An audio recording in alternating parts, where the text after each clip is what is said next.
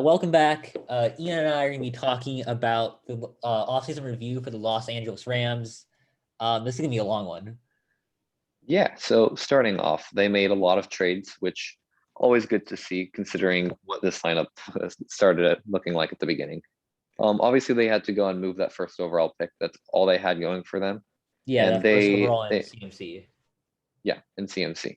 So they started off by giving up the first overall pick and then the first overall pick in the second round for the third overall pick and the 16th overall pick, which I personally like as an idea. You're going to go and get a better quality player at 16, and considering the amount of needs in this team, the difference between 1 and 3 isn't that huge of a deal for them. Like, you're obviously going to miss out on Lawrence, but you get 1.16, which will get you a solid player. So good move overall. Yeah. All right. Going on, they gave up Christian McCaffrey, a fourth and a second in exchange for Shaq Griffin, Terrell Burgess, the 9th overall pick, the 27th overall pick, and the Seahawks next year, 2022 first. What do you think about that? I feel like they honestly probably could have gotten more for CMC. Not comparing to the past owner, but I remember like Scooby was getting offers. I think I offered him, I think 4 first rounders at one point for CMC, and he turned it down. That down. So yeah, it was like there were 2 of them in the top 15, and then 2 of them in the top 25.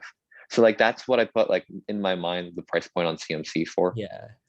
So I had always expected CMC to be like 4 firsts, and he got 3 firsts, but one of them is late, but one of them is early. But I still think that he yeah, could he have gotten a got bit 3. more value, but like there's not a lot of teams who have the assets for CMC and picks. Yeah, but to note on, he also had to give up more with CMC. Like that 2.27 that he gave up may not be the best player, but considering what his team needs, I feel like keeping that second rounder definitely would have helped with his rebuild.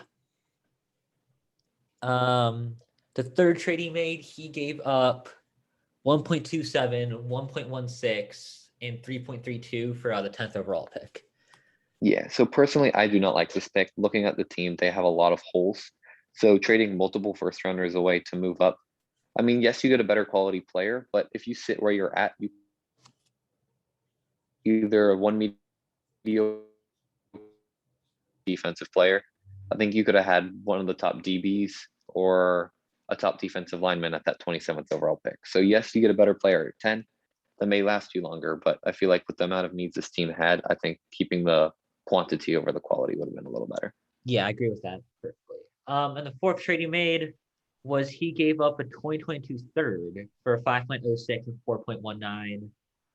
I feel like he lost that. That third, I think, is going to be pretty early. So giving up an early third for a mid fourth and late fifth, I don't like that really. Yeah, he may have had some guys on the board that he like really liked and went out and got. I mean, we'll see how that pans out, but just looking on paper, it's not the best trade. And then he gave up a 2023 fourth for 5.05. I feel that's a little bit more fair.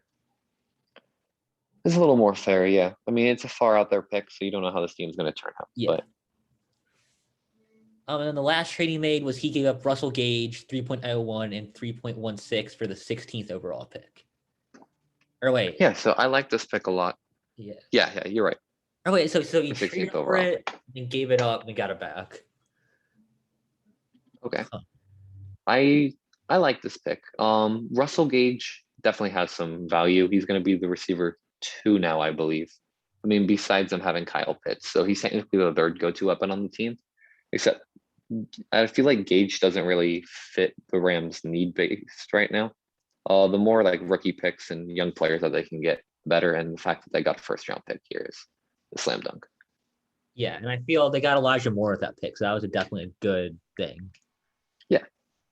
And then the draft picks, they had quite a busy draft. Najee Harris at 1.3, Devonta Smith at 1.9, Javonte Williams at 1.10, Elijah Moore at 1.16, Baron Browning at 2.32, Devine Diablo at 4.04, Jarrett Patterson at 4.19, Chris Rumpf at 5.01, Elijah Molden at 5.05, Rashad Weaver at 5.6, Nick Neenan at 5.23, and Sammy Reyes, the tight end, at 5.27.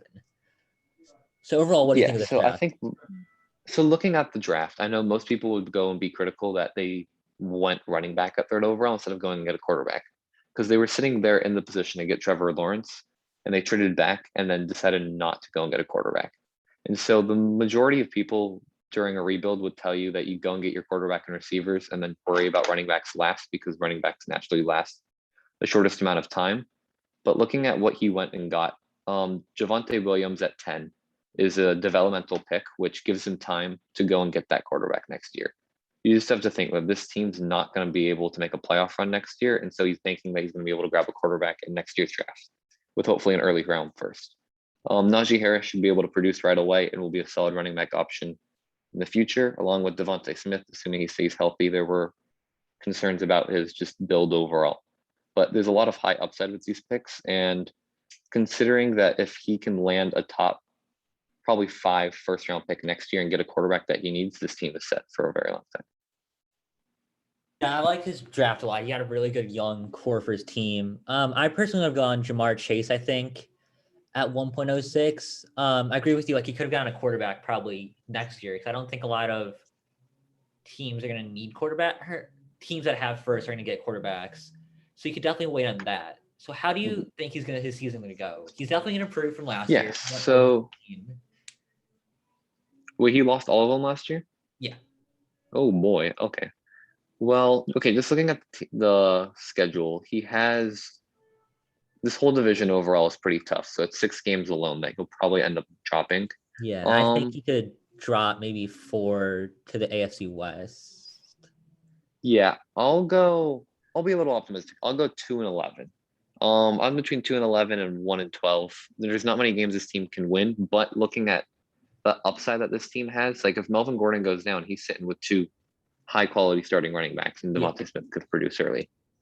So this team's definitely in rebuild mode, but we'll see what happens. He's playing the Washington football team, the Packers, and the Panthers, who are all in rebuild mode. Yeah. Yeah, in rebuild mode. So he could definitely.